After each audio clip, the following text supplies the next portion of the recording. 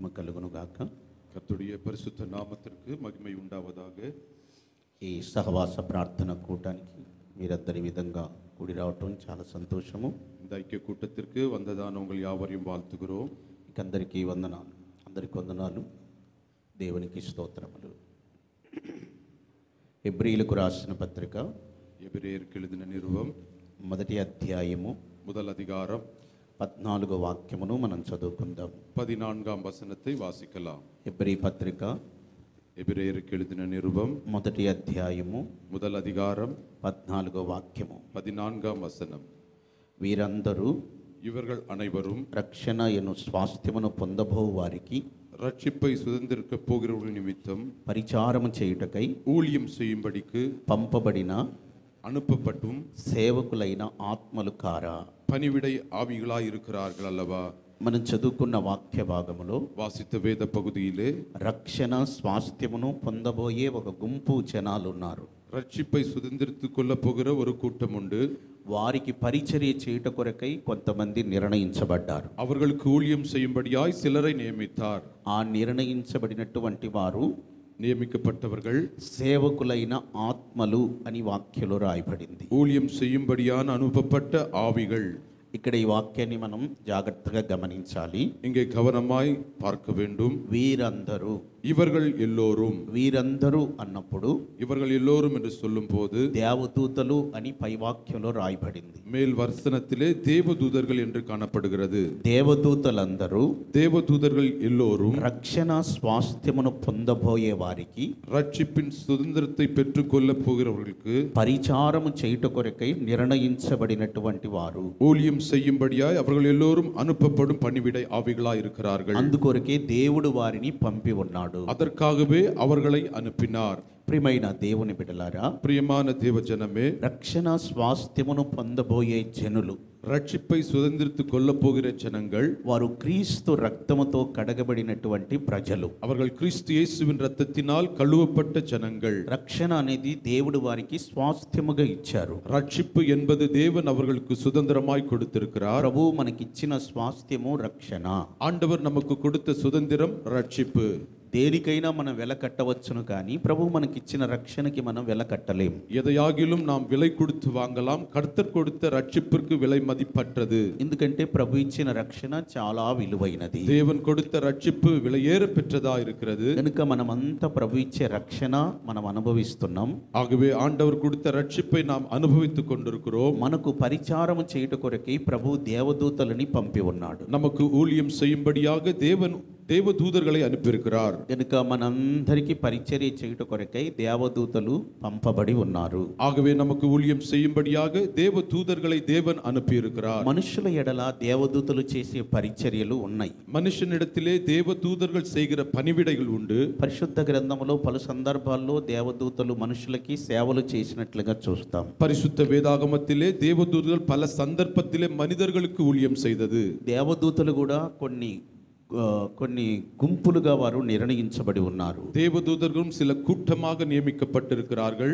వారికి వారి పనులు బట్టి, పరిచర్యలను బట్టి వారు పరిచర్య చేయుదురు. அவர்களுடைய வேலையின்படியாக அவர்கள் ஊழியங்களை செய்வார்கள். அவர்கள் கொடுத்த ஊழியத்தை அவர்கள் செய்து முடித்தார்கள். దూతల పరిచర్యలు పరిశుద్ధ గ్రంథములో చాలా ప్రాముఖ్యంగా చెప్పబడి ఉన్నాయి. தூதர்களுடைய வேலையானது வேதத்திலே விலையேற பெற்றதா இருக்கிறது. కనుక యేసు ప్రభు గెత్సెమనే తోటలో ఆయన శ్రమ పొందుతున్నప్పుడు, கெத்செமனே தோட்டத்தில் இயேசு சோதனைக்குட்பட்டிருந்த போது ఆయనను బలపరచడానికి కూడా పరలోకం నుండి ఒక దేవదూత దిగి వచ్చాడు. அவரை பலப்படுத்தும்படியாய் பரலோகத்திலிருந்து தூதன் இறங்கினார். యేసు ప్రభువుని ఆ దూత బలపరిచినట్లుగా మన వాక్యంలో చూస్తాం. இயேசுவை அந்த தூதன் பலப்படுத்தினதாய் வேதத்திலே பார்க்கிறோம். ఇప్పుడు మీకు నేను చెప్పాలనుకున్న విషయము, உங்களோடு சொல்ல விரும்பின வார்த்தை, యెహోవా దూత கர்த்தருடைய தூதன் గిద్యోన్ని బలపరిచినట్లుగా మన వాక్యంలో చూస్తాం. கிதியோனை பலப்படுத்தியதாய் வேதத்திலே பார்க்கிறோம். న్యాయాధిపతులు 6వ అధ్యాయము 21వ వాక్యము. நியாயாதிபதிகளின் புஸ்தகம் 6ஆம் அதிகாரம் 21ஆம் வசனம். న్యాయాధిపతుల గ్రంథము 6వ అధ్యాయము 11వ వాక్యం. యెహోవా దూత వచ్చి అభియజ్రీయుడైన యోవాషునకు కలిగిన ఒఫ్రాలోని మస్తకి వృక్షము కింద కూర్చుండెను. యోవాషు కుమారుడైన గిద్యోను మిద్యానీయులకు మరుగై ఉండున్నట్లు గానుగ చాటున గోధుమలను దుల్లగొట్టుచుండగా. ఇక్కడ యెహోవా దూత దిగివచ్చి గిద్యోన్ని బలపరిచిన అనుభవాన్ని మనం చూస్తున్నాం. கர்த்தருடைய தூதன் இறங்கி வந்து கிதியோனை பலப்படுத்தினதை பார்க்கிறோம். యెహోవా దూత వచ్చినప్పుడు கர்த்தருடைய தூதன் வந்தபோது అబియజ్రీయుడైన యోవాషునకు కలిగిన ఒప్రాలోని మస్తకి వృక్షం కింద వచ్చి కూర్చున్నాడు. ఆయన அபியேஸ்ரான யோவாசின் ஊராகிய ஒப்ராயிமிலே வந்து உட்கார்ந்திருந்தார். ఒక మస్తకి వృక్షం కింద వచ్చి కూర్చున్నారు. கர்வாலி மரத்தின் கீழ் உட்கார்ந்திருந்தார். యోవాషు కుమారుడైన గిద్యోను யோவாசின் குமாரனாகிய கிதியோன் మిద్యానీయులకు మరుగై ఉండునట్లు மிதியானியர்களுக்கு மறைந்திருக்கும்படியாக గానుగ చాటున గోధుమలని దుల్లగొట్టుకుంటూ ఉన్నాడు. ஆலைக்கு சமீபமாய் அதை போரடித்துக் கொண்டிருந்தார். యెహోవా దూత గిద్యోనికి కనబడి, கர்த்தருடைய தூதன் கிதியோனுக்கு தரிசனமாகி, పరాక్రమము గల బలాఢ్యుడా, பராக்கிரமசாலியாகிய கிதியோனே, యెహోవా నీకు తోడై ఉన్నాడని అతనితో చెప్పగా, கர்த்தர் உன்னோடு இருக்கிறார் என்று சொன்னார். అప్పుడు గిద్యోను ఏం చెప్పాడంటే, அப்பொழுது கிதியோன் என்ன சொன்னான்? యెహోవా మాకు తోడై ఉంటే கர்த்தர் எங்களுக்கு துணையாயிருந்தால் ఇదంతా మాకేలా సంభవించెను. இவையெல்லாம் எப்படி நேரிட்டது? ప్రియమైన దేవుని బిడలారా, பிரியமான தேவஜனமே, వారికి సంభవించినది ఏమి? அவர்களுக்கு சம்பவித்தது என்ன? వారు మిథ్యానీయుల చేత అనపబడుతూ ఉన్నారు. அவர்கள் மிதியானியுடைய கையிலே நசுக்கப்பட்டிருந்தார்கள். 7 సంవత్సరాలు మిథ్యానీయుల చేతికి దేవుడు వారిని అప్పగించారు. 7 ஆண்டு காலம் மிதியானியுடைய கையின் கீழ் அவர்கள் இருக்கும்படியாய் தேவன் ஒப்பு கொடுத்தார். దేవుడు ఎందుకు వారిని అప్పగించారు? எதற்காக தேவன் ஒப்பு கொடுத்தார்? ఐగుప్తులో దేవుడు వారి పట్ల చేసిన అద్భుతాలు వారు మరిచిపోయారు. எகிப்திலே தேவன் செய்த அற்புதங்களை அவர்கள் மறந்து போனார்கள். పితరుల పట్ల ప్రయాణాల్లో చేసిన అద్భుతాలు మరిచిపోయారు. பிதாக்களுடைய பிரயாணத்திலே தேவன் செய்த அற்புதத்தை மறந்தார்கள். గనక అలా మరిచిపోయారు గనుకనే దేవుడు వారిని మిథ్యానీయులకు అప్పగించారు. மறந்தபடினாலே அவர்களை மிதியானுடைய கையிலே ஒப்பு கொடுத்தார். మిథ్యానీయుల చేత అనపబడుతూ వచ్చారు. மிதியானுடைய கையிலே அவர்கள் நசுக்கப்பட்டிருந்தார்கள். మిథ్యానీయులు ఇంకా కొంతమంది అమాలేకీలను తూర్పున నుండి వారిని పోగేసుకొని విస్తారముగా వచ్చారు. மிதியானியர்களும் அமாலேக்கியரும் அநேகரை கூட்டிக் கொண்டு வந்தார்கள். ఈ మిథ్యానీయులు చేస్తున్న పని ఏంటంటే, இந்த மிதியானியர்கள் செய்து கொண்டிருந்த வேலை என்னவென்றால், ఇశ్రాయేలు ప్రజలు విత్తనం వేసిన తర్వాత இஸ்ரவேல் விதை விதைத்த பிறகு ఆ పంట మొలిచి పైకి వచ్చినప్పుడు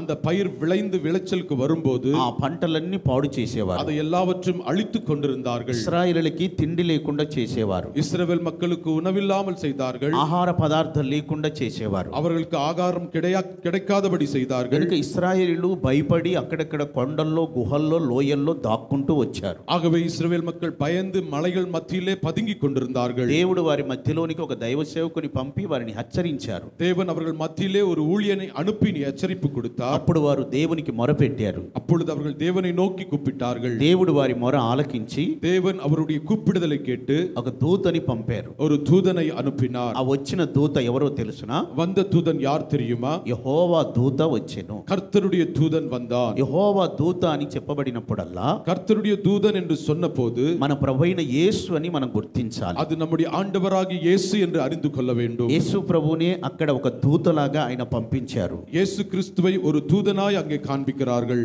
ఈయన వచ్చినప్పుడు இவர் வந்தபோது అబియజ్రీయుడైన యోవాషునకు కలిగిన அபியேசனாகிய யோவாசின் ஆகிய ఒప్రాలోని ஒப்ராவில் இருக்கும் మస్తకి వృక్షం కింద కూర్చున్నాడు. ஒரு கார்வாலி மரத்தின் கீழ் உட்கார்ந்தோம். అక్కడ కూర్చొని గిద్యోన్ని గమనించారు. அங்கே உட்கார்ந்து கிதியோனை கவனித்தார்கள். గిద్యోను ఆ సమయంలో ఏం చేస్తున్నాడో తెలుసునా? அந்த நேரத்திலே கிதியோன் என்ன செய்து கொண்டிருந்தார்? ఒక గానుగ చాటున ఉండి గోధుమలు దుల్లగొట్టుకుంటున్నాడు. ஒரு ஆலைக்கு சமீபமாய் போரடித்துக் கொண்டிருந்தார். ప్రజలందరూ దాక్కున్నారు శత్రువులకు భయపడి. ஜனங்கள் எல்லாம் பதுங்கிக் கொண்டிருந்தார்கள். గిద్యోను అయితే గానుగ చాటు నుండి గోధుమలు దుల్లగొట్టుకుంటున్నాడు. ஆனால் கிதியோனோ ஒரு ஆலைக்கு மறைவாய் இருந்து பதறடித்துக் கொண்டிருந்தார். కనుక యెహోవా దూత గిద్యోనుతో మాట్లాడుతున్నారు. கர்த்தருடைய தூதன் கிதியோனோடு பேசிக் கொண்டிருந்தார். పరాక్రమము కలిగిన బలాఢ్యుడా గిద్యోను అని పిలిచారు. பராக்கிரமசாலியாகிய கிதியோனே என்று அழைத்தார். దేవుడు నీకు తోడై ఉన్నాడు. கர்த்தர் உனக்கு துணையா இருக்கிறார். ప్రియమైన వారలారా, பிரியமானவர்களே, దేవుడు నీకు తోడై ఉన్నాడు అని చెప్తే గిద్యోను అన్నాడు,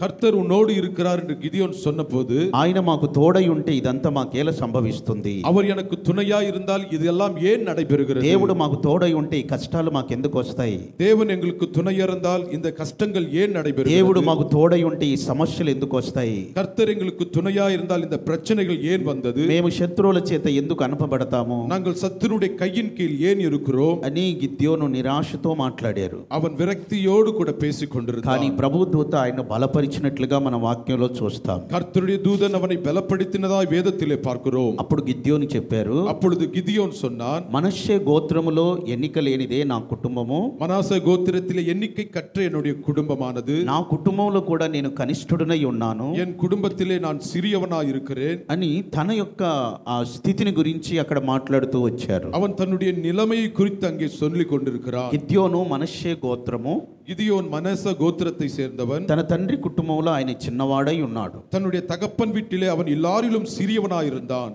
గనుక ఇప్పుడు గిద్యోన్ని ప్రభు దూత బలపరిచి, ஆகவே கர்த்தருடைய தூதன் கிதியோனை பலப்படுத்தி ఒక్క మనిషిని హతం చేసినట్లుగా నీవు మిథ్యానీయులందరినీ హతం చేస్తావని చెప్పాడు. ஒரு மனுஷனை முறியடிப்பது போல நீ மிதியானியரை முறியடிப்பாய் என்று சொன்னார். ప్రభు దూత మిథ్యానీయుల్ని హతం చేయుట కొరకే గిద్యోన్ని బలపరుస్తున్నారు. ఇక్కడ கர்த்தருடைய தூதன் மிதியானியர்களை அதம் பண்ணும்படியாய் அவனை பலப்படுத்தினார். కనుక ఈ రాత్రి మనము మిథ్యానీయుల్ని హతమార్చుట కొరకై ప్రభు దూత చేత మనము బలపరచబడాలి. மிதியானியரை முறியடிக்கும்படியாய் தேவனுடைய தூதனினாலே நாம் பலப்படுத்தப்பட வேண்டும். మిథ్యానీయులు నశించినప్పుడే ఏసిన విత్తనము యొక్క పంట తినగలుగుతారు. மிதியானியர் அழிக்கப்படும்போதுதான் போடப்படுகிற விதைத்தின் விளைச்சலை நாம் பெருக முடியும். మిథ్యానీయులు మీరు హతమార్చినప్పుడే మీ కష్టార్జితాన్ని మీరు తినగలుగుతారు. மிதியானியர்களை நீங்கள் அழிக்கும்போது உங்களுடைய கஷ்டத்தை நீங்கள் அனுபவிக்கலாம். మిథ్యానీయులు మీరు హతమార్చకపోతే మీ కష్టార్జితాన్ని మీరు అనుభవించలేరు. மிதியானியர்களை முறியடிக்காவிட்டால் உங்களுடைய கஷ்டத்தை நீங்கள் அனுபவிக்க మీ முடியாது. శ్రమకు తగిన ఫలితాన్ని మీరు పొందలేరు. உங்களுடைய பிரயாசத்தின் பலனை நீங்கள் அனுபவிக்க முடியாது. మీ కష్టార్జితం అంతా మీ ప్రయాసంతా మిథ్యానీయులు పాడు చేస్తూ వస్తారు. உங்களுடைய பிரயாசங்கள் எல்லாவற்றையும் மிதியானியர்கள் அழித்துக் కనుక கொண்டிருக்கிறார்கள். మిథ్యానీయుల్ని జయించవలసిన అవసరం ఉన్నది. ஆகவே மிதியானியர்களை நீங்கள் முறியடிக்க வேண்டியது அவசியமா இருக்கிறது. మిథ్యానీయులు అనగా అర్థం ఏంటి?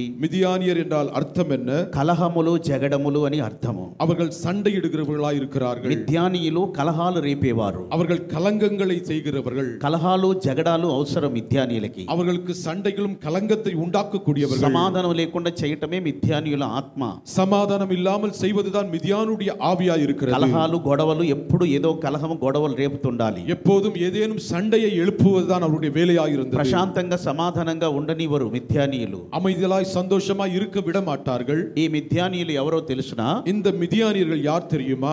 అబ్రహాముకి కెతూరాకు పుట్టినటువంటి పిల్లల్లో నుండి వచ్చిన సంతతి ఇది. அபிராமுக்கும் கேதராலுக்கு பிறந்த சந்ததியாய் இருக்கிறார்கள். శారమ్మ మరణించిన తర్వాత మరలా అబ్రహాం కెతూరాని వివాహం చేసుకున్నారు. சாரால் மரித்த பிறகு கெத்துராலை அபிரகாம் மறுமணம் செய்து கொண்டார். 6 కుమారులని కన్నారు. 6 குமாரர்களை பெற்றுக் கொண்டார். వాళ్ళలో నుంచి మిథ్యానీయులు వచ్చారు. அவர்களில் இருந்து ஒருவன் மிதியானியர்கள் எழும்பினார்கள். ఇప్పుడు ఇశ్రాయేలు ప్రజల్ని బాధిస్తున్నారు. இஸ்ரவேல் மக்களை அவர்கள் வேதனைப்படுத்துகிறார்கள். కనుక కలహాలు జగడాలు మిథ్యానీయులు అంటే అర్థమై ఉన్నది. மிதியானியர்கள் என்றால் கலங்கத்தையும் சண்டைகளை செய்கிறவர்களாய் కలహాలు இருக்கிறார்கள். గొడవలు ఉండకూడదు. కుటుంబములైనా సంఘములైనా సమాజములైనా குடும்பத்திலும் சபையிலும் கலகங்களும் சண்டைகளும் இருக்கக்கூடாது. కలహాలకి గొడవలకి మనం చోటు ఇవ్వకూడదు. சண்டைகளுக்கு நாம் இடத்தை கொடுக்க கூடாது. ప్రియమైన దేవుని బిడ్డలారా, பிரியமான தேவஜனமே, అబ్రహాము లోతుతో చెప్తారు, அபிரகாம் லோத்துவோடு சொன்ன வார்த்தை, మనము సహోదరులం, நாம் சகோதரராய் இருக்கிறோம். మన మధ్యలో కలహాలు ఉండకూడదు. நம் மத்தியிலே சண்டை இருக்கக்கூடாது. ఎవరి మధ్యలో కలహాలు ఉండకూడదు? யார் மத்தியிலே இருக்கக்கூடாது? సహోదరుల మధ్యలో కలహాలు ఉండకూడదు. சகோதரர் மத்தியிலே கலகங்கள் இருக்கக்கூடாது. సహోదరుడు అంటే ఒక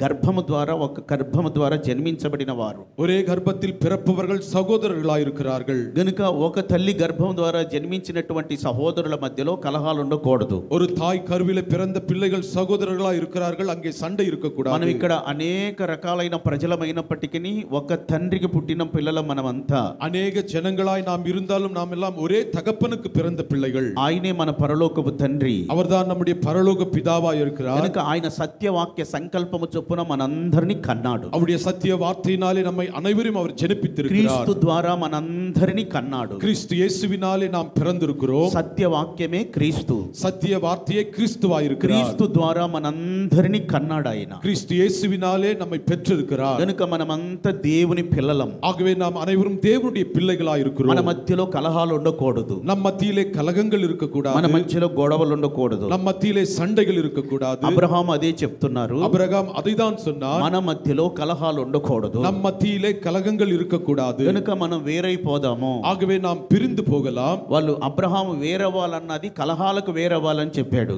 அபிரகாம் நாம் பிரிய வேண்டும் என்று சொன்னார், கலங்கத்தோடு அல்ல.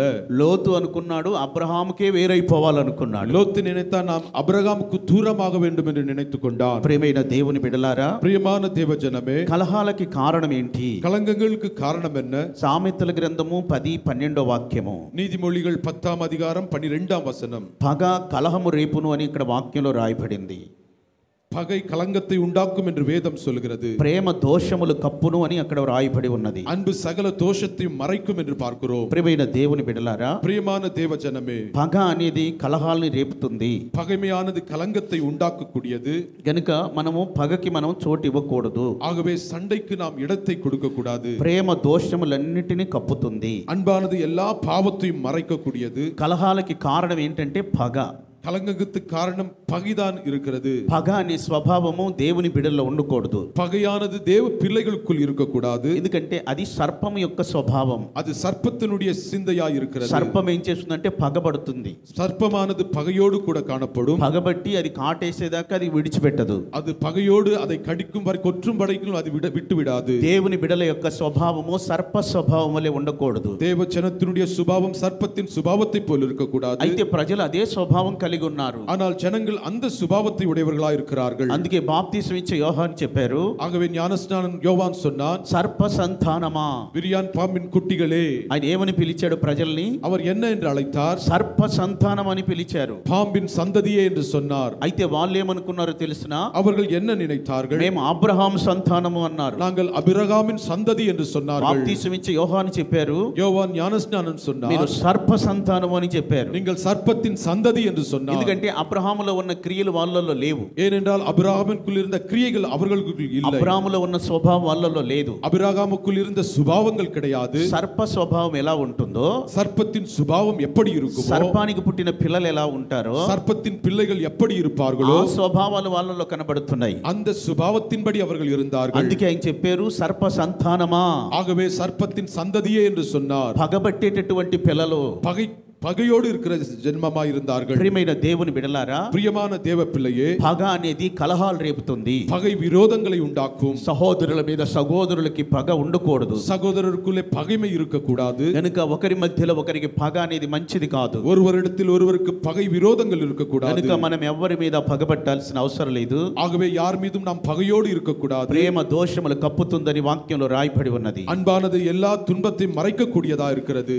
ఏశావు యాకోబు మీద పగబట్టినట్లుగా రిబకా చెప్పినట్లుగా మన వాక్యంలో చూస్తాం. ஏசா தன்னுடைய சகோதரன் மீது பகைமையாய் இருந்தான். నీ అన్న నీ మీద పగబట్టాడు, உன் சகோதரன் உன் மீது பகையாய் இருக்கிறான். నిన్ను చంపాలనుకుంటున్నారు, உன்னை சாகடிக்க வேண்டும் என்று நினைத்துக் கொண்டிருக்கிறான். ఒక్క దినమే మిమ్మల్ని నేను పోగొట్టుకోలేను, ஒரே நாளிலே நான் 2 பேரை மறிக்க விரும்பவில்லை. కనుక నీవు కొంతకాలము నా సహోదరుని ఇంట ఉండాలని చెప్పి యాకోబుని పంపించారు. ஆகவே என்னுடைய சகோதரன் வீட்டில் சில காலம் தங்கீர் என்று யாக்கோபை அனுப்பிவிட்டார். ప్రియమైన దేవుని బిడ్డలారా, பிரியமான தேவஜனமே, ఏశావుకి యాకోబు మీద పగ ఉంది.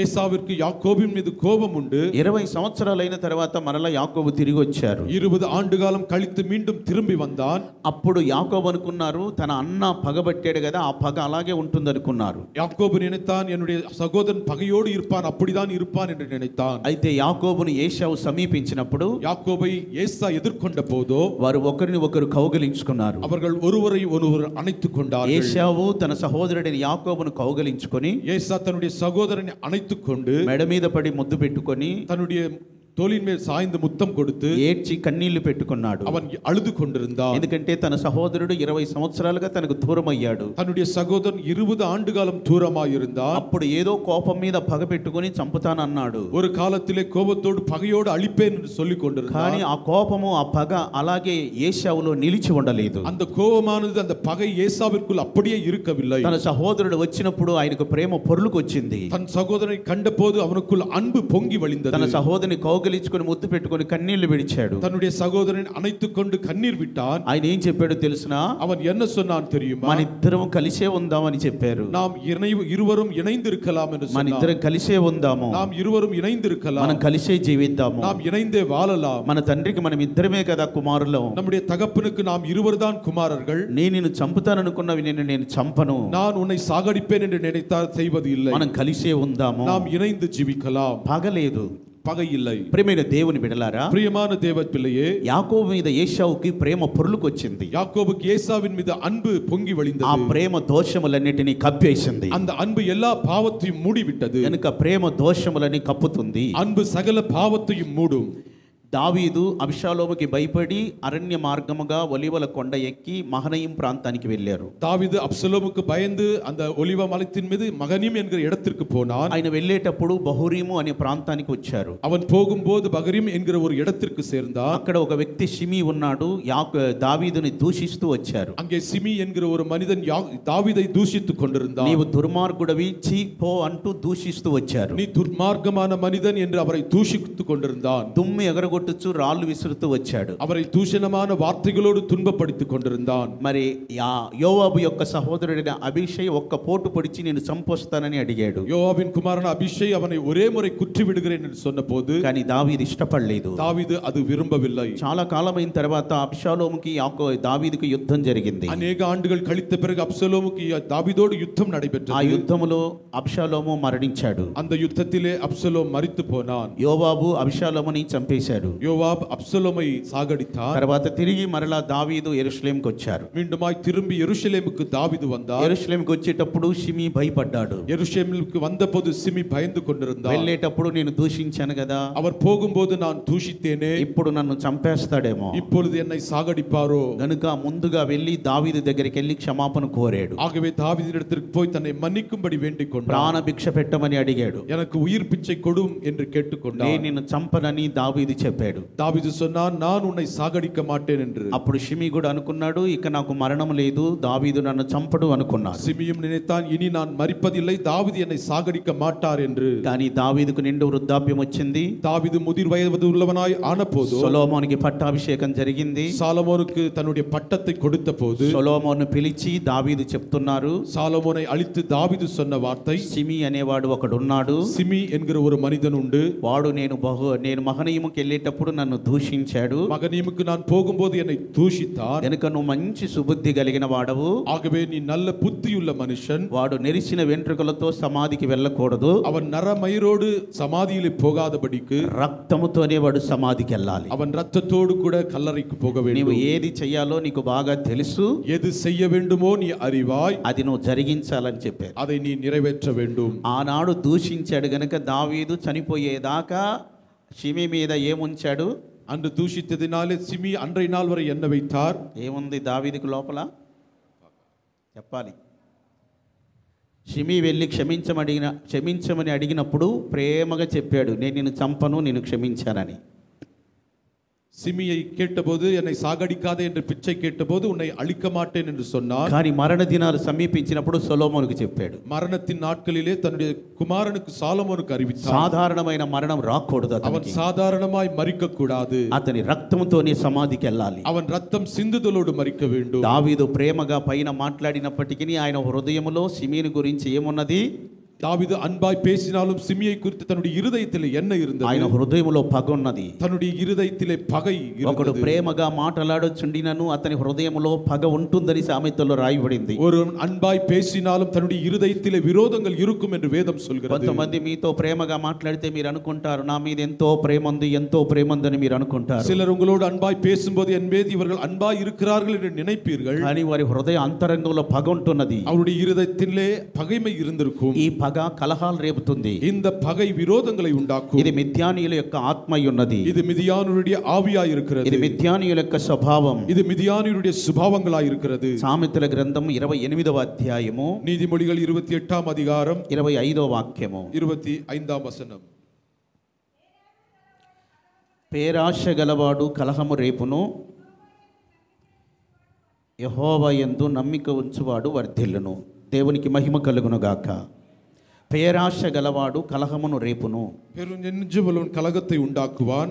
యెహోవా యందు నమ్మిక ఉంచువాడు వర్ధిల్లుతాడు. கர்த்தரை நம்புகிறவனோ செழிப்பான். కొంతమందికి పేరాశ, சிலருக்கு பேராசை இருக்கும். అంటే పేరు కావాలని కొంతమంది ఆశపడతారు. சிலருக்கு தங்களுடைய பெயர் புகழ் வேண்டும் என்று விரும்புவார்கள். చాలా మంది ఉంటారు పేరాశ కలిగినటువంటి వారు. அநேகர் தங்கள் பெயர் புகழ் வேண்டும் என்று நினைப்பார்கள். వాళ్ళ పేరు చెప్పాలా 10 మందిలో అనుకుంటారు. அவருடைய பெயரை 10 பேர் முன்னாடி சொல்ல வேண்டும் என்று நினைப்பார்கள். వారు పేరు చెప్పి పొగడాలనుకుంటారు. அவர்கள் பெயரை சொல்லி புகழ வேண்டும் என்று நினைப்பார்கள். వారు చేసినటువంటి మంచి క్రియల్ని వారి పేరు చెప్పి పొగడాలనుకుంటారు. அவர்கள் செய்த நன்மைகளை பெயர் சொல்லி புகழ வேண்டும் என்று நினைப்பார்கள். కొంతమందికి ఎక్కడ చూసినా వారి పేరు కనబడాలని పేరు వేయించుకుంటారు. சிலர் எங்கே பார்த்தாலும் தன்னுடைய பெயர் காண வேண்டும் என்று பெயர்களை போட்டுக் கொள்வார்கள். కొంతమందికి వారి బొమ్మ కనబడాలనుకుంటారు. சிலருக்கு தன்னுடைய சொரூபங்கள் காணப்பட வேண்டும் என்று விரும்புவார்கள். వారి బొమ్మ కనబడాలని పెద్ద పెద్ద కట్అవుట్స్ చేసి చూపిస్తారు. தங்களுடைய புகைப்படத்தை கட்டவுட்டாக போட்டு காண்பிப்பார்கள். కనబడేటివన్నీ అనిత్యములని వాక్యం చెబుతుంది. காணப்படுபவைகள் எல்லாம் அழிந்து போகக்கூடியவைகள். ఈ రోజు నీ పేరు కనబడాలనుకుంటే, இன்று உன்னுடைய பெயர் காணப்பட வேண்டுமானால், నీ ఫోటో కనబడాలనుకుంటే, உன்னுடைய போட்டோ காணப்பட ఒక வேண்டுமானால் రోజున కనబడకుండా పోతుంది. ஒரு நாளிலே அது காணப்படாது. పేరాశ కలిగిన వాడు కలహాలు రేపుతాడు. பேராசையுள்ளவன் கலங்கத்தை உண்டாக்குவான். కనుక మనము పేరాశ కలిగి మనం ఉండకూడదు. ஆகவே பேராசையோடு நாம் ஜீவிக்க கூடாது. చూడండి, బాబేలు గోపురం కట్టదలిచినప్పుడు వాళ్ళు ఏమనుకున్నారు? பாபேல் கோபுரத்தை கட்டும்போது அவர்கள் என்ன நினைத்தார்கள்? పేరును సంపాదించుకుందాం, நம்முடைய பெயர் நீ ஓங்கி நிற்க வேண்டும் என்று நினைத்தார்கள். వాళ్ళు పేరు సంపాదించుకోవాలని కట్టను ఆరంభించారు. அவருடைய பெயர் நிற்க வேண்டும் என்று அதை கட்ட துவங்கினார்கள். ప్రభు అక్కడికి దిగి వచ్చారు. கர்த்தர் அங்கே இறங்கினார். వారు చేస్తున్న పనులన్నీ ఆటంకపరిచారు. அவருடைய வேலை எல்லாவற்றையும் தேவன் தடுத்து நிறுத்தினார். వారి భాషలు తారుమారైపోయినాయి. அவருடைய பாஷைகளை தாறுமாறாக்கினார். వాళ్ళు ఇక పలు ప్రాంతాలకు వెళ్ళిపోయారు. அவர்கள் அநேக இடங்களுக்கு சிதறி போனார்கள். వాళ్ళు కట్టాలనుకున్నది కట్టలేకపోయారు. அவர்கள் கட்ட நினைத்த கோபுரத்தை கட்ட முடியவில்லை. వారు సంపాదించుకోవాలన్న పేరు సంపాదించుకోలేకపోయారు. சம்பாதிக்க நினைத்த பெயரும் சம்பாதிக்கவில்லை. ప్రియమైన దేవుని బిడలారా, பிரியமான தேவ ஜனமே, పేరాశ మనకు ఉండకూడదు.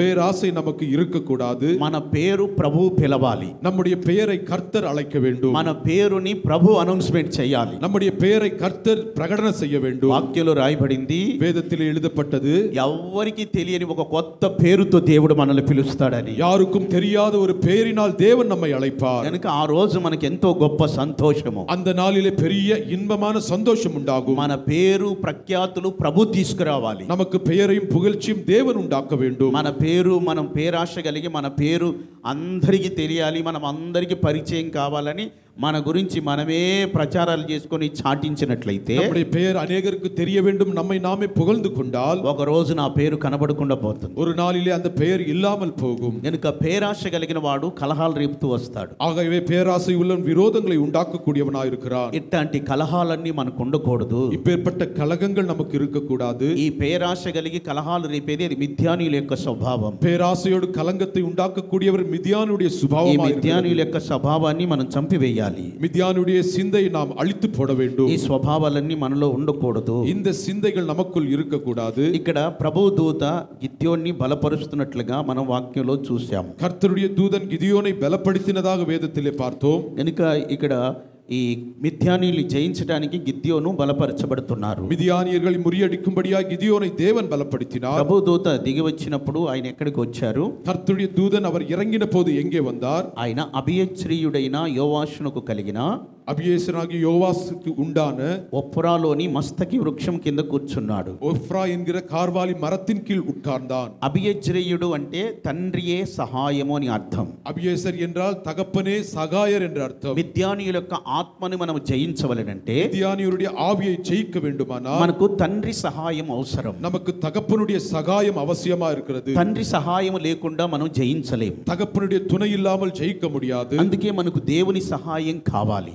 ஆகவே தேவனுடைய துணை நமக்கு அவசியம். ప్రభు అంటాడు, నువ్వు భయపడవద్దు, தேவன் சொல்லுகிறார், நீ பயப்படாதே, నేను నీకు సహాయం చేస్తా நான் உனக்கு சகாயம் செய்வேன் అని మన కుడి చేయి పట్టుకొని ప్రభు ధైర్యపరుస్తున్నారు. அவர் நம்முடைய வலது கரத்தை பிடித்து தைரியப்படுத்துகிறார். మిథ్యానీయులకు నువ్వు భయపడవద్దు, மிதியானியரை கண்டு பயப்படாதே, అమాలేకులకు భయపడవద్దు, அமாலேக்கரை கண்டு பயப்படாதே, తూర్పున ఉండే ప్రజలకు నువ్వు భయపడొద్దు. அங்கே இருக்கிறவர்களை கண்டு பயப்படாதே. మిథ్యానీయులు అంటే కలహాలు, மிதியானியர் என்ற கலங்கத்தை உண்டாக்கக்கூடியவர்கள். అమాలేకీలు అంటే దేవుని సింహాసనానికి విరోధంగా చెయ్యెత్తేవారు. அமாலேக்கியர்கள் என்பவர் தேவனுக்கு விரோதமாய் கரங்களை உயர்த்துகிறவர்கள். తూర్పున ఉండువారు అంటే లోక జ్ఞానం కలిగిన వారు. உலகத்தில் இருப்பவர்கள் உலகத்தின் ஞானத்தை உடையவர்களாக இருக்கிறார்கள். వీరందరిని నువ్వు జయించాలి. இவர்கள் எல்லோரையும் நீங்கள் ஜெயிக்க வேண்டும். అందుకే తండ్రి సహాయం నీకు అవసరం. ஆகவே தகப்பனுடைய துணை அவசியமாக இருக்கிறது. దేవుని యొక్క సహాయం మనకు కావాలి. தேவனுடைய துணை அவசியமாக இருக்கிறது. అందుకే ప్రభు చెప్తున్నారు, தேவன் சொல்கிறார், మిద్యానీయులకి అమాలేకీయులకి తూర్పు నుండి వారికి భయపడొద్దు. மிதியானியருக்கும் அமாலேயருக்கும் நீ பயப்படாதே. వారికి ఉన్న ఒంటెలు విస్తారమైనా సరే నువ్వు భయపడవద్దు. அவர்களுக்கு ஒட்டகங்கள் நிறைவாக இருந்தாலும் பயப்படாதே. వారికి ఉన్న ఐశ్వర్యమును బట్టి నువ్వు భయపడవద్దు. அவருடைய ஐஸ்வர்யத்தை கண்டு பயப்படாதே. నీవు పరాక్రమము కలిగిన వాడవు. நீ పరాక్రమముள்ள బలశాలి. నేను నీకు తోడై ఉంటాను. நான் உனக்கு துணையாய் இருக்கிறேன். ఒక్క మనిషిని హతం చేసినట్లుగా నువ్వు హతం చేస్తావు. ஒரு மனிதனை அழிப்பது போல நீ அதமாக்குவாய். తండ్రి సహాయం ఆయనకు వచ్చున్నది. தகப்பனுடைய சகாயம் அவனுக்கு கிடைத்தது. దావీదు అంటాడు,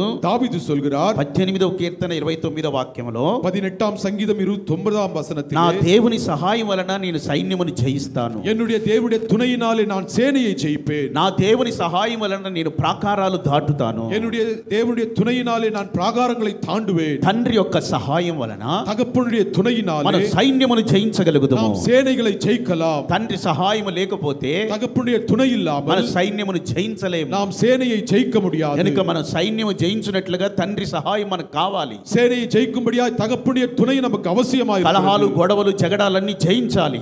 கலங்கத்தையும் விரோதங்களையும் நாம் ஜெயிக்க வேண்டும். మన సింహాసనానికి విరోధముగా పోరాడుతున్న వారిని జయించాలి. சிங்காசனத்துக்கு விரோதமாய் போராடுகிறவர்களை ஜெயிக்க வேண்டும். లోక జ్ఞానముతో మన మీద దౌర్జన్యంగా వస్తున్న వారిని మనం జయించాలి. உலக ஞானத்தை கொண்டு வருகிறவர்களை நாம் ஜெயிக்க வேண்டும். అందుకే మనకు తండ్రి సహాయం కావాలి. ஆகவே தகப்பனுடைய துணை நமக்கு அவசியமாய் இருக்கிறது. ఎంతో మంది శత్రు సైన్యం దావీదు మీదకి మూకుమ్మడిగా వచ్చారు. எத்தனையோ சத்ரு சைன்யம் தாவீது மீதுக்கு வந்த போதும் 10,000 మంది దండెత్తి నా మీదకి వచ్చినా నేను భయపడనని చెప్పాడు ఆయన. 10,000 பேர் எழும்பி வந்தாலும் நான் பயப்படேன் என்று சொன்னார். ఎందుకంటే నా దేవుని సహాయం నాకున్నది. ஏனென்றால் என்னுடைய தேவன் எனக்கு துணையாய் నా இருக்கிறார். తండ్రి నాకు సహాయం చేస్తాడు. என் தேவன் எனக்கு சகாயம் செய்வார். కనుక నేను సైన్యమును జయించి తీరుతాను. ஆகவே நான் சேனையை ஜெயிப்பேன். ప్రాకారాలు దాటుతాను. பிராகாரங்களை தாண்டுவேன். నా తండ్రి సహాయముతో என்னுடைய தேவனுடைய నేను சகாயத்தினாலே ప్రాకారాలు దాటుతాను. பிராகாரங்களை தாண்டுவேன். దేవుని సహాయం మనకుంటే தேவனுடைய துணை మన இருந்தால் ప్రాకారాలు దాటగలుగుతాం. நாம் பிராகாரங்களை தாண்டலாம். దాటి ముందుకు వెళ్ళగలుగుతాం. அதை தாண்டி முன்னாக போகலாம். ఏ ప్రాకారం మనకు అడ్డుగా ఉన్నా సరే எந்த கோட்டை முன்பாக நின்றாலும் మన దేవుడు ప్రాకారాలు పడగొట్టువాడై நம்முடைய ఉన్నాడు. தேவன் கோட்டைகளை இடிக்கக்கூடியவராய் ప్రాకారాలని కూల్చువాడై ఉన్నాడు. கோட்டையை இடிக்கக்கூடியவராய் இருக்கிறார். కనుక మన గొప్ప దేవుని సహాయం మనకు కావాలి. நம்முடைய பெரிய தேவனின் துணை நமக்கு தேவையாய் இருக்கிறது. అభియజ్రీయుడు అంటే తండ్రి యొక్క సహాయము. அபியேசர் என்றால் தன் தகப்பனுடைய துணையாய் இருக்கிறது. అభియజ్రీయుడైన యోవాషు అని మనం చూస్తున్నాం. அபியேசராகிய யோவாஸ் என்று பார்க்கிறோம். యోవాషు అంటే అర్థం ఏమనగా, யோவாஸ் என்றால் அர்த்தம் என்ன?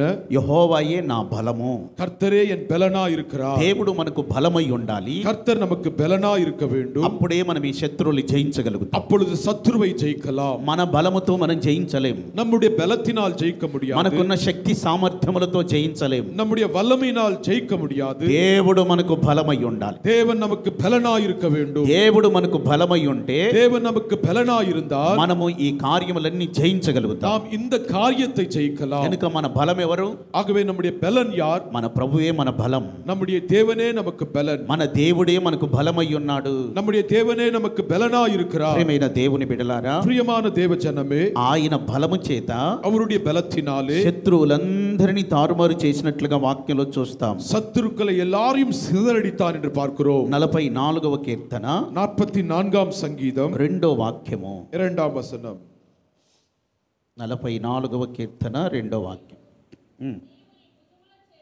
నీవు నీ భుజబలము చేత అన్యజనులను వెళ్ళగొట్టి మా పితరులను నాటితివి, జనములను నిర్మూలన చేసి వారిని వ్యాపింపజేసేతివి. చూడు ఇక్కడ మనం చదువుకున్న వాక్య భాగంలో வாசித்த வேத பகுதியிலே, నీవు నీ భుజబలము చేత நீர் உம்முடைய கையினாலே అన్యజనులను వెళ్ళగొట్టి ஜாதிகளை துரத்தி మా పితరులను నాటితివి, எங்களுடைய முற்பிதாக்களை நாட்டினீர், జనములను నిర్మూలన చేసి ஜனங்களை துன்பப்படுத்தி వారిని వ్యాపింపజేసితివి. இவர்களை பரவ பண்ணினீர். ఆయన భుజబలము చేత అన్ని జనుల్ని వెళ్ళగొట్టాడు. அவருடைய கையினாலே அந்நிய ஜனத்தை துரத்தினார். దేవుని బలము మనం కలిగి ఉంటే, தேவனுடைய பலத்தை பெற்றுக்கொண்டால், దేవుడు మన బలమై ఉంటే, தேவன் நம்முடைய பலனாய் இருந்தால் అన్ని జనులందరినీ వెళ్ళగొడతాడు ఆయన. அந்நிய ஜாதியை நாம் துரத்தலாம். అన్ని జనుల యొక్క స్వభావాలన్నీ తీసివేస్తాడు. புற ஜாதியாருடைய சுபாவத்தை எடுத்து விடலாம். అన్ని జనులు వెళ్ళగొట్టి, புற ஜாதியாரை துரத்தி, మా పితరులను నాటితివి, எங்கள் பிதாக்களை நாட்டினீர், వారిని వ్యాపింపజేసితివి. அவர்களை பரவ பண்ணினீர். దేవుడు మనకు బలమై ఉన్నప్పుడు தேவன் நமக்கு பலனாய் இருக்கும்போது మనము నాటబడతాం. நாம் நடப்படுவோம். నాటబడిన వారు వ్యాపించి విస్తరిస్తారు. நாட்டப்பட்டவர் பரவ பண்ணுவார். కనుక దేవుడు మనకు బలమై ఉండాలి. ஆகவே தேவனே நமக்கு பலனாய் இருக்க ఆయన வேண்டும். మనకు బలమై ఉన్నప్పుడే మనం నాటబడతాం. அவர் நமக்கு பலனாய் இருக்கும்போது நாம் நடப்படுவோம். దేవుని చేత మనం నాటబడితే, தேவனுடைய கையினாலே நடப்படும் போது మనం వ్యాపించి విస్తరిస్తాం. நாம் பரவி நம்முடைய பலன் பெரிதாய் இருக்கும். కనుకనే దేవుడు మనకు బలమై ఉండాలి. ஆகவே தேவன் நமக்கு பலனாய் இருக்க ఇశ్రాయేలు வேண்டும். జనాంగానికి దేవుడే బలం. இஸ்ரவேல் ஜனத்துக்கு தேவனே பலனாய் இருந்தார். ఆయన భుజబలముతోనే వారిని తీసుకొచ్చారు. அவருடைய கையினாலே அவர்களை வழிநடத்தினார். ఆయన బాహుబలముతోనే తీసుకొచ్చారు. அவருடைய பராக்கிரத்தினாலே அவர்களை ఓ வழிநடத்தினார். గొప్ప బానిసత్వముల నుంచి విడుదలిచ్చి తీసుకొచ్చారు. அடிமைத்தனத்திலிருந்து விடுதலையாக்கி வழிநடத்தினார். ఐగుప్తులో ఉన్న ఫరో కాడిని విరగొట్టి తీసుకొచ్చారు ఆయన. எகிப்தினுடைய பார்வோனுடைய கையிலிருந்து அவர்களை விடுவித்தார். అంత గొప్ప బలము కలిగిన దేవుడు. அப்பேற்பட்ட பலனுள்ள தேவனாய் இருக்கிறார். అందుకే ఆయన మనకు బలమై ఉండాలి. ஆகவே அவரே நமக்கு பலனாய் இருக்க வேண்டும். ఎన్నో సంవత్సరాలుగా వారు అన్ని జనులు విస్తరించిపోయినటువంటి ఆ ప్రాంతంలోనికి ప్రభు తీసుకుని వచ్చి, எத்தனையோ ஆண்டுகாலமாய் விஸ்தரித்திருந்த அந்த அந்நிய ஜனத்தின் மத்தியிலே கொண்டு అన్ని வந்து జనులందరినీ వెళ్ళగొట్టాడు. அந்நிய புற ஜாதிகளை துரத்தி விட்டார். తన ప్రజల్ని తీసుకొచ్చి నాటాడు. தன்னுடைய ஜனங்களை கொண்டு வந்து அங்கே நாட்டினார். ఆయన వారిని నాటినప్పుడు அவர் అங்கே நாட்டின போது వారు బహుగా విస్తరిస్తూ వచ్చారు. அவர்கள் அங்கே பரவ பண்ணினார்கள். ఇదంతా ఎలా జరిగింది? இது எப்படி நடந்தது? ఇదంతా ఆయన భుజబలముతో జరిగింది. இது எல்லாம் அவருடைய கையினாலே ఆయన நடைபெற்றது. భుజబలముతో జరిగిన కార్యం. அவருடைய கையினாலே இவை எல்லாம் நடைபெற்றது. దేవుడు నీకు బలమై ఉంటే,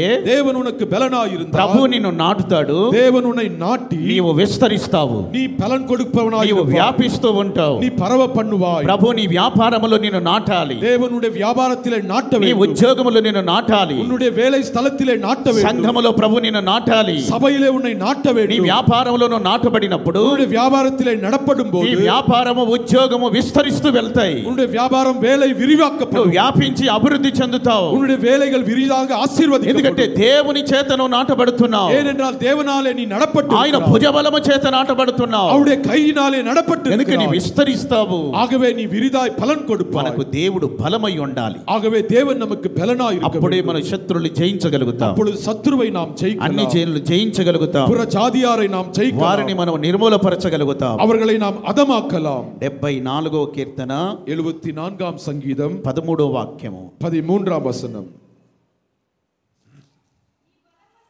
నీ బలము చేత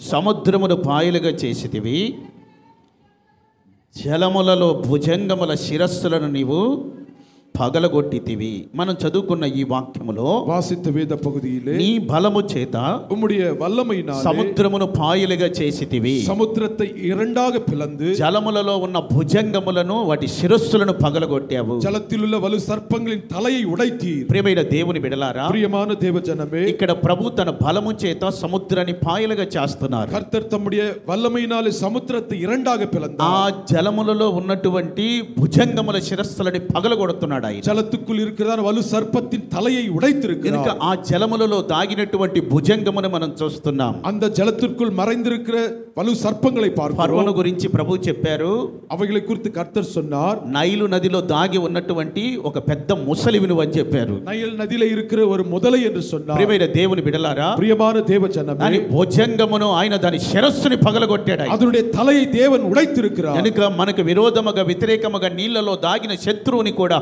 దాని శిరస్సును పగలగొడతాడు ఆయన. நமக்கு விரோதமாய் ஜலத்தில் இருக்கிற சத்துருவின் தலையை தேவன் అంత உடைத்தார். గొప్ప శక్తి కలిగిన దేవుడు ఆయన. அப்பேற்பட்ட வல்லமையுள்ள தேவன் அவர். సముద్రమును రెండు పాయలుగా చేశాడు ఆయన. బలము చేత జరిగింది ఈ కార్యం. சமுத்திரத்தை இரண்டாக பிளந்து பலத்தினாலே செய்த కనుక காரியம். శక్తి చేత కాదు, బలము చేత కాదు, దేవుని ఆత్మ బలము ద్వారా కార్యాలు జరగబోతున్నాయి. பலத்தினாலும் அல்ல வல்லமையினாலும் அல்ல, தேவனுடைய ஆவியினாலே கூடும். మన శక్తితో మన బలముతో మనం ఏమీ చేయలేం. நம்முடைய பலத்தினாலே வல்லமையினாலே கூடாது. అది సముద్రమైన, సముద్రంలో భుజంగమైన, గొప్ప పర్వతమైన అయినా దేవుని యొక్క భుజబలముతో చదును భూమిగా మార్చబడబోతున్నాయి. సముద్రమానం సముద్రకుల జలమానం எல்லாவற்றும் தேவனுடைய பலத்தினாலே కనుక దేవుడు మనకు బలమై ఉండాలి. ஆகவே தேவன் பலனாய் இருக்க வேண்டும். ఆయన మనకు బలమై ఉన్నప్పుడు அவர் நமக்கு பலனாய் இருக்கும்போது మనం జయించగలుగుదుము, நாம் ஜெயிக்க கூடும்.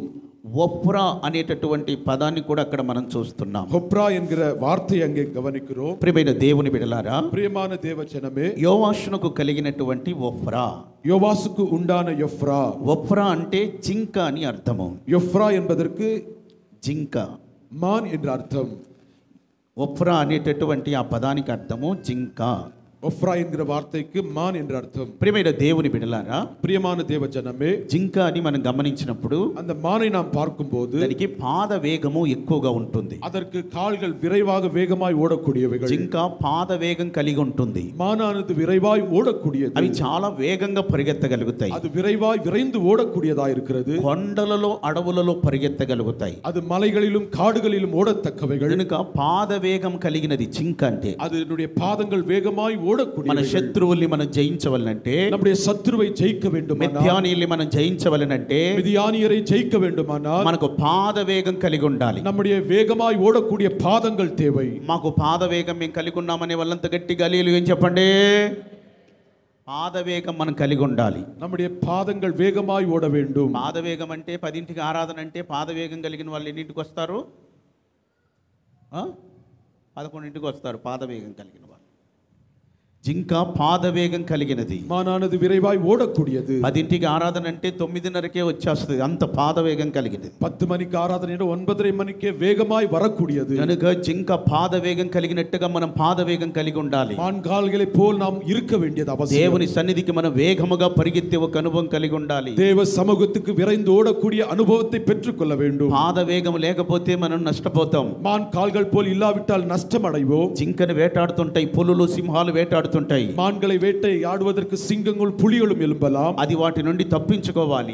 அதனுடைய கையிலிருந்து அது தப்பித்துக் கொள்ள வேண்டும். అది పాదవేగం కలిగి వేగంగా పరిగెత్తి వాటి నుండి తప్పించుకుంటుంది. அது வேகமாய் ஓடி அதனிடத்திலிருந்து தப்பித்துக் கொள்ளக்கூடியவைகளாய் இருக்கிறது. మనకు ఒక పాదవేగం ఉండాలి. ஆகவே நம்முடைய பாதங்கள் வேகமாய் ஓட வேண்டும். దేవుని సన్నిధికి పరిగెత్తుకుంటూ వచ్చే ఒక అనుభవం మనం కలిగి ఉండాలి. தேவ சமூகத்துக்கு மான் கால்களை போல் இருக்க வேண்டும். వేగముగా ప్రభు యొద్దకు వచ్చే ఒక అనుభవం మనం కలిగి ఉండాలి. வேகமாய் விரைவாய் தேவ சமூகத்திற்கு வர வேண்டும். దేవుని సన్నిధికి వచ్చే విషయంలో మనం నిర్లక్ష్యంగా ఉండకూడదు. தேவ சமூகத்துக்கு வருவதிலே தாமதம் இருக்கக்கூடாது. ఇంకా సమయం ఉందిలే మరొక అరగంట మనం పడుకుందామని నిద్రిస్తూ సమయాన్ని వ్యర్థం చేయకూడదు. இன்னும் நேரம் உண்டு தாமதமாய் போகலாம் என்று நினைக்க கூடாது. వాక్యం టయానికి వెళ్తే సరిపోతుందిలే 11 గంటలకి 11:30కి అని అనుకోకూడదు. வசன நேரத்திற்கு போனால் போதும் என்று நினைக்க கூடாது. మనము పాదవేగం అనేది కలిగి ఉండాలి. நம்முடைய பாதங்கள் வேகமாய் இருக்க வேண்டும். కుందేలు ఏమనుకుందో తెలుసునా? முயல் என்ன நினைத்தது தெரியுமா? మనం వెళ్ళవలసినటువంటి హద్దు ఇంకా చాలా దూరంగా ఉంది. நாம் ஓட வேண்டிய இடம் தூரமாய் இருக்கிறது. నా వెనుక వస్తున్నటువంటి తాబేలు నెమ్మదిగా వస్తుంది,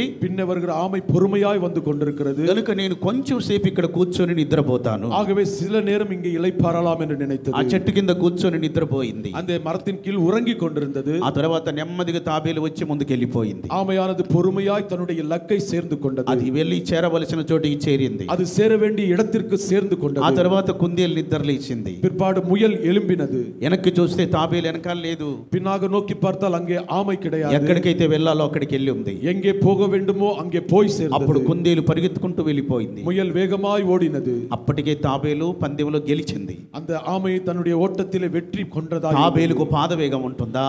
ஆமைக்கு வேகமாய் ஓடக்கூடிய தன்மை உண்டா? తాబేలు వేగంగా పరిగెత్తగలుగుతాదా? ஆமை வேகமாய் ஓடுமா? దానికి పాదవేగం లేదు. அதுக்கு பாதம் வேகமாய் ஓடாது. కుందేలు వేగంగా వెళ్ళగలుగుతది, முயல் வேகமாய் ஓடக்கூடியது. అయినా సరే తిరిగి నిద్రమొత్తు. ஆனாலும் தூக்கத்தின் ஆவியினால் நிரப்பப்பட்டது. పాదవేగం కలిగిన జింకల్లాగా ఉంటున్నారు, பாத வேகமுடைய மான்களைப் போல் இருக்கிறார்கள். అయినా నిద్రమొత్తు. ஆனாலும் தூக்கத்தின் மயக்கம், అశ్రద్ధ,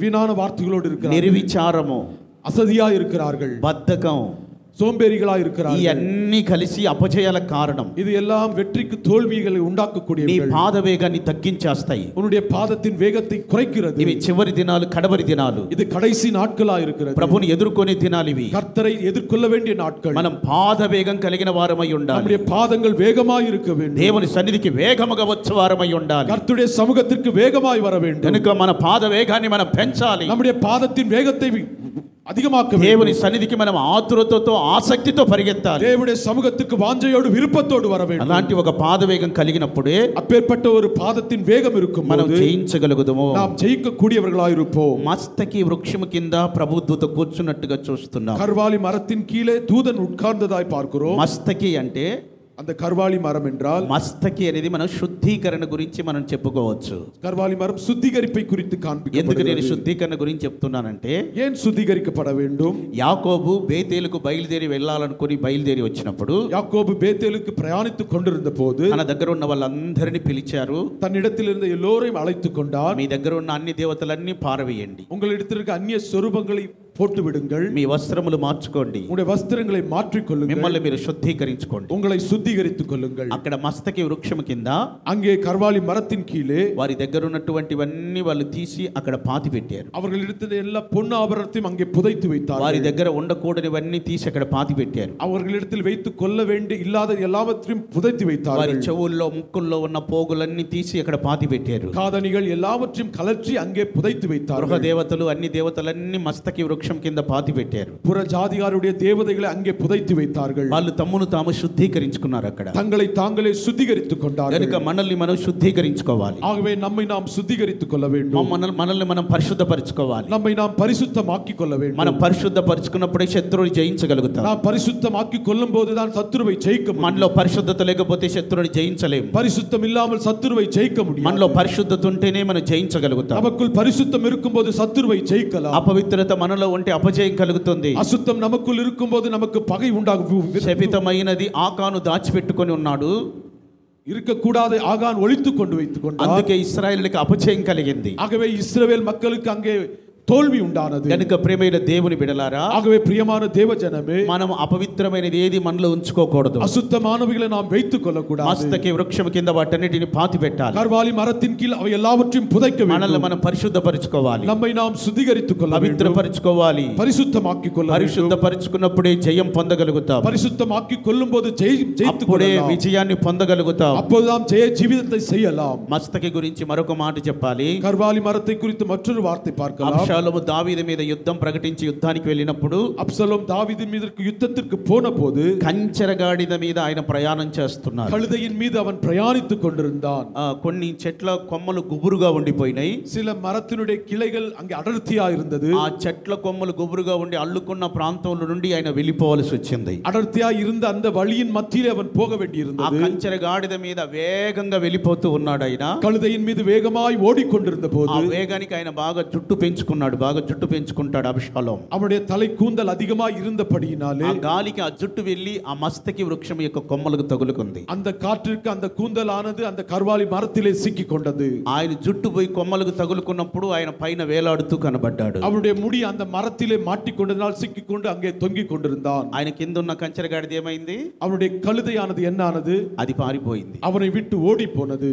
మస్తకి వృక్షానికి తగిలించింది, கர்வாலி மரத்திலே மாட்டிக்கொண்டது. అది దెబ్బకి వెళ్ళిపోయింది. அது ஓடி போய் விட்டது. మస్తకి వృక్షానికి వేలాడుతూ ఉన్నాడు. கர்வாலி மரத்திலே தொங்கிக் கொண்டிருக்கிறான். ప్రియమైన దేవుని బిడలారా, பிரியமான தேவ ஜனமே, యోబాబు వచ్చాడు. யோபா வந்தான். గుండెకు గురిపెట్టి బాణం వదిలేడు. தன்னுடைய நெஞ்சை பிளக்கும்படி அம்பை எய்தான். కొట్టి చంపేశాడు. அவனை அடித்து சாகடித்தான். మస్తకి వృక్షం ఏం చేసిందో తెలుసునా? கர்வாலி மரம் என்ன செய்தது? అబ్షాలోముకి తీర్పు తీర్చింది. அப்சலோமுக்கு ஒரு தீர்ப்பை கொண்டு வந்தது. మస్తకి వృక్షం అనేది తీర్పుకి సూచనగా ఉంది. கர்வாலி மரம் என்பது ஒரு தீர்ப்புக்கு அடையாளமாய் இருக்கிறது. కనుక మనల్ని మనమే తీర్పు తీర్చుకోవాలి. நம்மை நாமே தீர்ப்பு செய்து கொள்ள வேண்டும். మనలో కొన్ని పొరపాట్లు ఉండవచ్చును. நமக்குள் சில பிழைகள் இருக்கலாம். మనలో కొన్ని లోపాలు ఉండవచ్చును. நமக்குள் சில குறைவுகள் వాటిని இருக்கலாம். శుద్ధీకరించుకోవాలి. அவைகளை சுத்திகரித்துக் கொள்ள మనకు வேண்டும். మనమే తీర్పు తీర్చుకోవాలి. நம்மை நாமே தீர்ப்பு செய்து கொள்ள வேண்டும். కనుక ఆదివారం నేను ప్రార్థనకు వెళ్ళలేదు ప్రభువా. ஞாயிற்றுக்கிழமை ஆராதனைக்கு போகவில்லை ஆண்டவரே. కనుక ఈ రోజు నేను ఒక పూట ఉపవసించి ప్రార్థన చేసుకుంటాను. ஆகவே ஒரு நாளில் உபவாசித்து நான் ஜெபிக்கிறேன். కనుక నేను చిన్న పొరపాటు జరిగించాను. சிறிய தவறை செய்து விட்டேன். కనుక ఒక పూట ఉపవాసం ఉండి ప్రార్థన చేసుకుంటాను. ஒருவேளை உபவாசத்தோடு ஜெபித்துக் கொள்வேன். అవి నీ లోపాలను గుర్తించి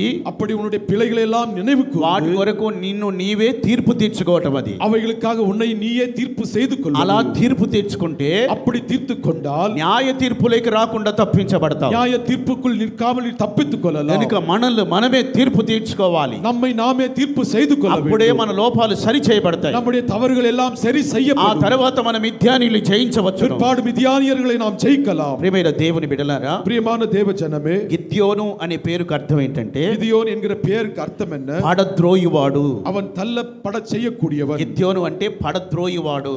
கிதியோன் என்பதற்கு தள்ளப்பட செய்யக்கூடியவன். కొరింథీయులకు రాసిన 2వ పత్రిక 2 కొరింథీయர் 10వ అధ్యాయము 10వ అధికారం 5వ వాక్యము. 5వ వచనం. కొరింథీయులకు రాసిన 2వ పత్రిక 2 కొరింథీయర్ 10వ అధ్యాయము 10వ అధికారం 5వ వాక్యము. 5వ వచనం. మేము వితర్కములను దేవునికి వచ్చిన జ్ఞానమును అడ్డగించు ప్రతి ఆటంకాన్ని పడద్రోసి క్రీస్తుకు లోబడినట్లు చెరపట్టి. ఇక్కడ మనం చూస్తున్నాం ఈ వాక్యములో, இங்கே கவனிக்கிறோம், మేము వితర్కములను, நாங்கள் தர்க்கங்களையும், దేవునికి వచ్చిన జ్ఞానాన్ని అడ్డగించే ప్రతి ఆటంకాన్ని, தேவனை அறிகிற அறிவுக்கு விரோதமாக இருக்கிற எழும்புகிற எல்லா காரியங்களையும் మేము వాటిని పడద్రోస్తున్నాం. நாங்கள் அவை எல்லாவற்றையும் நிர்மூலமாக்குகிறோம். గిద్యోను అంటే పడద్రోయువాడు.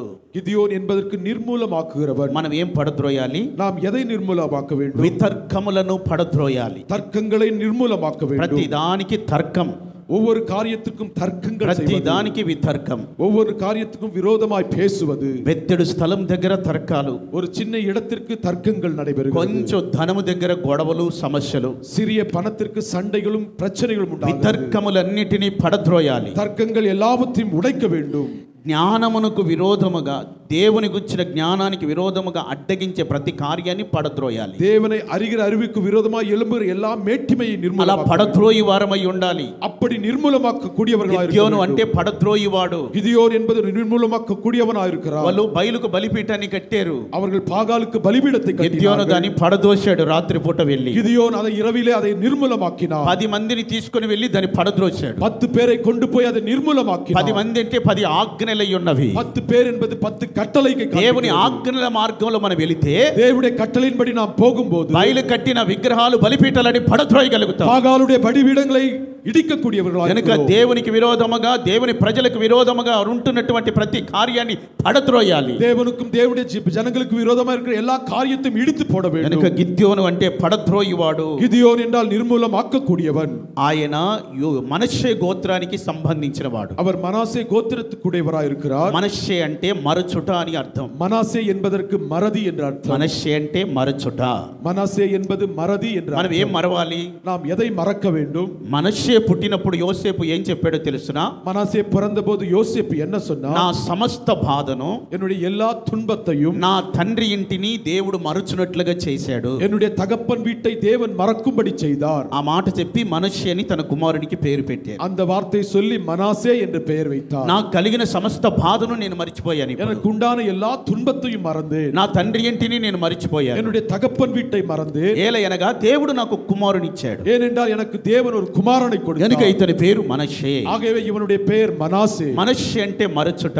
மனாசே என்றால் மறதி என்ற அர்த்தம். పౌలు అంటాడు, వెనుకున్నవన్నీ మరవాలి, பவுல் சொல்றார், பின்னானவைகளை மறந்து ముందున్న వాటి కొరకై వేగిరపడాలి. முன்னானவைகளை நாடுங்கள். వెనుకున్నవన్నీ మరవాలి, பின்னானவைகளை மறந்து ముందున్న వాటి కొరకై వేగిరపడాలి. முன்னானவைகளுக்காய் நாடுங்கள். లోతు భార్య ఉంది కదా, லோத்துடைய மனைவி இருக்கிறார். ఆవిడ ముందున్న వాటిని విడిచిపెట్టి அவள் முன்னானவைகளை மறந்து వెనుకున్న వాటి కొరకు వెనక్కి చూస్తుంది. பின்னானதை நோக்கி பார்த்தாள். కనుక ఆమెకు మేమంతా సహోదరులము అనే వాళ్ళు గట్టిగా హల్లెలూయా అని చెప్పండి.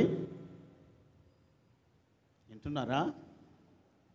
ఆవిడకు ముందున్న వాటితో పని లేదు. அவர்களுக்கு முன் இருப்பதோடு வேலை கிடையாது. ఆవిడకు వెనుకున్న వాటితోనే పని. அவருக்கு பின்னாய் இருப்பதோடு தான் வேலை. కనుక వెనక్కి చూడొద్దు అంటే பின்னோக்கி பார்க்காதே என்று சொன்னால் ఆవిడ వెనక్కి చూసింది. அவள் பின்னோக்கி பார்த்தாள். చూసింది, మరలా తిప్పుకుందామంటే ఇంకా వీలు కాలేదు. பார்த்தவள் திரும்பிக் கொள்ள முடியாமல் போனது. అక్కడే ఉండిపోయింది. அங்கேயே நின்று போனால் ఇప్పుడు కూడా అక్కడే ఉంది. இப்போதும் அங்கேதான் இருக்கிறாள். యేసు ప్రభు చెప్పారు, இயேசு சொன்னார், ఆవిడను మీరు జ్ఞాపకం చేసుకోండి అని చెప్పారు. அவளை நினைவு கூறுங்கள் என்று சொன்னார். ఎందుకంటే వెనక్కి చూసింది, ஏனென்றால் பின்னோக்கி பார்த்தாள். వెనుకున్నవి మర్చిపోలేదు. பின்னானவைகளை மறக்கவில்லை. ఎప్పుడు వెనుకున్నవే కావాలా? எப்போதும் பின்னானவைகளே வேண்டும். ముందున్న వాటి కొరకై మన వేగిరపడాలి. முன்னானவைகளுக்காக நீங்கள் வாஞ்சையாயிரு. దేవుడు మన ముందు ఒక బహుమానం ఉంచాడు. தேவன் நமக்கு முன்பு ஒரு பொக்கிஷத்தை దాని வைத்திருக்கிறார். కొరకై వెనుకున్నవి మరవాలి. அதற்காய் பின்னானவைகளை மறந்து போகும். ఏదైతే మనం విడిచిపెట్టామని చెప్పామో అది మర్చిపోవాలి. எதை விட்டு விட்டோமோ அதை மறக்க வேண்டும். ఏదైతే వద్దనుకొని విడిచిపెట్టామో అది మర్చిపోవాలి. எது வேண்டாம் என்று நினைத்தோமோ அதை மறக்க வேண்டும். అప్పుడే నువ్వు ముందున్న వాటి కొరకై వేగిరపడగలుగుతావు. அப்பொழுதுதான் முன்னானவைகளுக்காக பின்னானவைகளை நோக்கி ஓடக்கூடியவர்களாய் இருப்பீர்கள். సొదొమ గొమొరాలో ఉన్నటువంటి సహవాసాలు వద్దనుకొని ముందుకొచ్చారు. సొదొమ గొమొరావిன் ఐక్యం వేண்டாம் என்று మున్பாக అక్కడ வந்திருக்கிறார்கள். ఉన్నటువంటి సంపదలన్నీ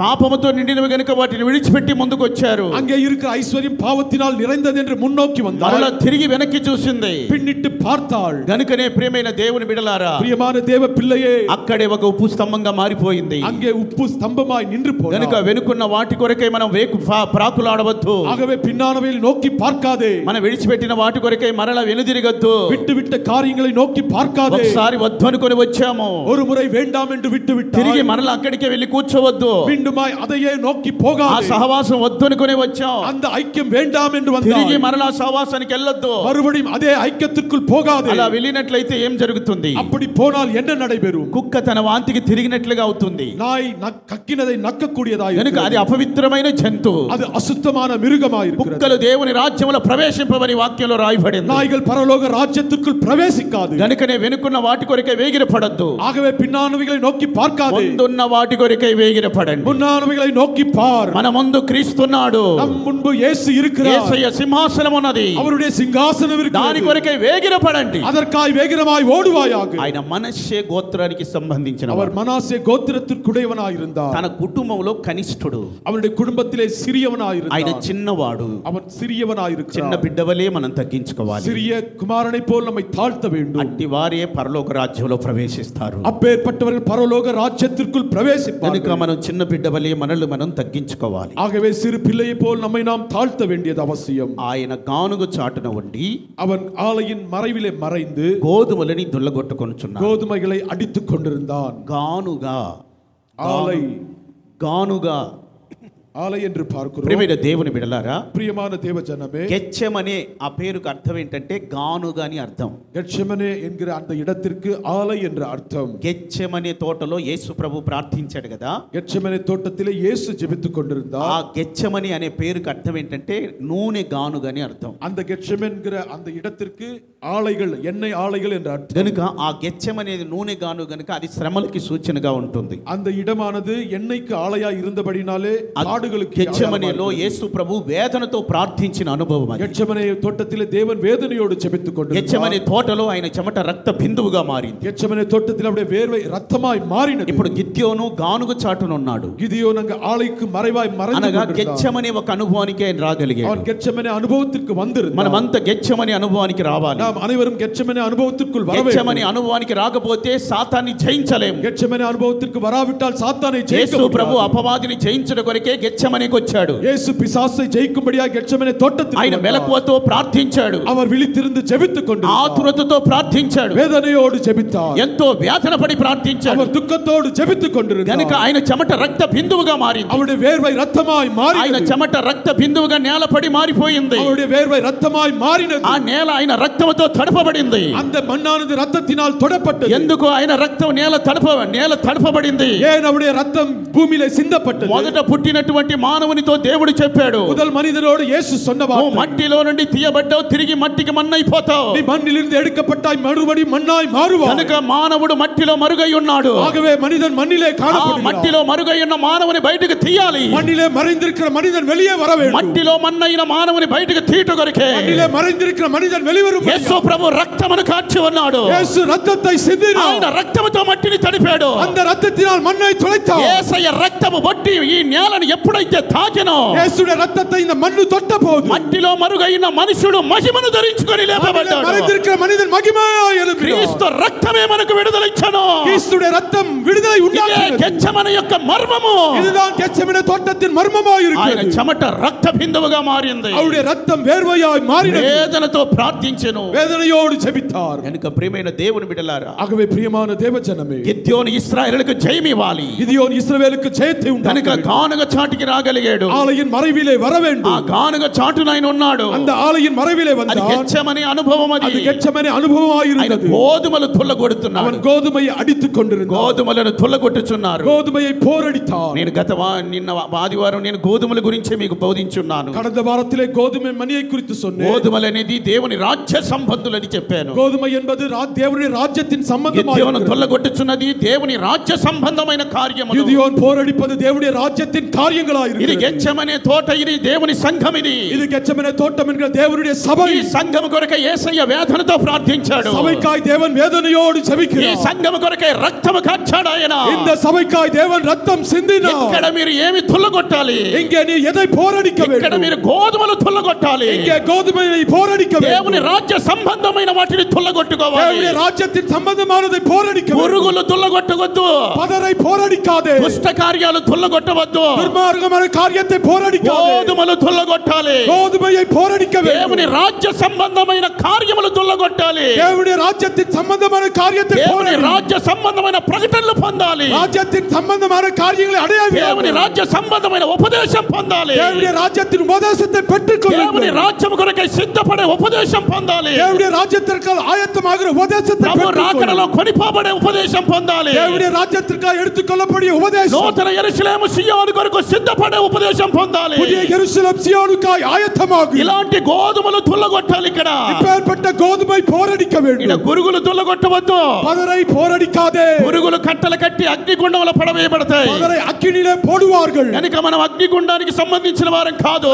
அக்கினிக்குரியவர்களாய் இல்லாமல் దేవుడు నిర్మించిన పట్టణానికి సంబంధించిన వారము. தேவன் நியமித்த ராஜ்யத்துக்குரியவர்களாய் దేవుని పట్టణం కొరకై సిద్ధపడాలి. தேவனுடைய పట్టణத்திற்காய் ஆயத்தமாகு. కనుక ఆయన గోధుమలు తుల్లగొట్టుచున్నారు. ஆகவே கோதுமையை போரடித்தார். ప్రభు దూత ఇప్పుడు బలపరుస్తున్నాడు. தேவதூதன் சொன்னார், పరాక్రమము కలిగిన వాడవు నువ్వు. பராக்கிரமாய் இருக்கிறாய். నేను ఎలా పరాక్రమము కలిగిన వాడని అవుతాను? நான் எப்படி பராக்கிரமசாலியாய் இருப்பேன்? ప్రజలంతా దాక్కుని ఉన్నారు. ஜனங்கள் எல்லாம் ஒளிந்து నీవు கொண்டார்கள். గోధుమలు తుల్లగొట్టుచున్నావు. நீ கோதுமையை போரடிக்கிறாய். ధాన్యము తుల్లగొట్టుచున్నావు. தானியத்தை போரடிக்கிறாய். దేవుని రాజ్య ప్రకటనలు తుల్లగొట్టుచున్నావు. தேவனுடைய ராஜ்யத்தின் வெளிப்பாடை பெற்றுக்கொண்டாய். అందుకే నువ్వు పరాక్రమము కలిగిన వాడవు. ஆகவே பராக்கிரமசாலியாய் இருக்கிறாய். కనుక నీవే మిథ్యానీయుల్ని హతము చేస్తావు. ஆகவே நீயே மிதியானியர்களை அதம் பண்ணுவாய். ఒక్క మనిషిని హతము చేసినట్లుగా హతము చేస్తావు. ஒரு மனிதனை அதம் பண்ணுவது போல నీ செய்வாய். ద్వారా ఇశ్రాయేలుకు జయం కలుగుతుంది. உன்னாலே இஸ்ரவேலுக்கு ஜெயம் உண்டாகும். నీవే జయం పొందుతావు. உன்னாலே ஜெயத்தை ఈ பெற்றுக்கொள்வாய். జయం ఎలా కలుగుతుంది? இந்த ஜெயம் எப்படி உண்டாகும்? దేవుడు నీకు తోడై ఉంటాడు. தேவன் உனக்கு துணையாய் இருக்கிறார். దేవుడు నీకు తోడై ఉంటాడు. தேவன் உனக்கு துணையாய் దేవుడు இருக்கிறார். నీకు తోడై ఉంటాడు. தேவன் உனக்கு துணையாய் ప్రభు இருக்கிறார். మిమ్మల్ని ఆశీర్వదించును గాక. கர்த்தர் உன்னை ஆசீர்வதிப்பாராக. అందరూ అలాగే లేచి నిలబడి ప్రార్థన చేసుకోండి. எல்லோரும் எழுப்பி நிற்கலாம்.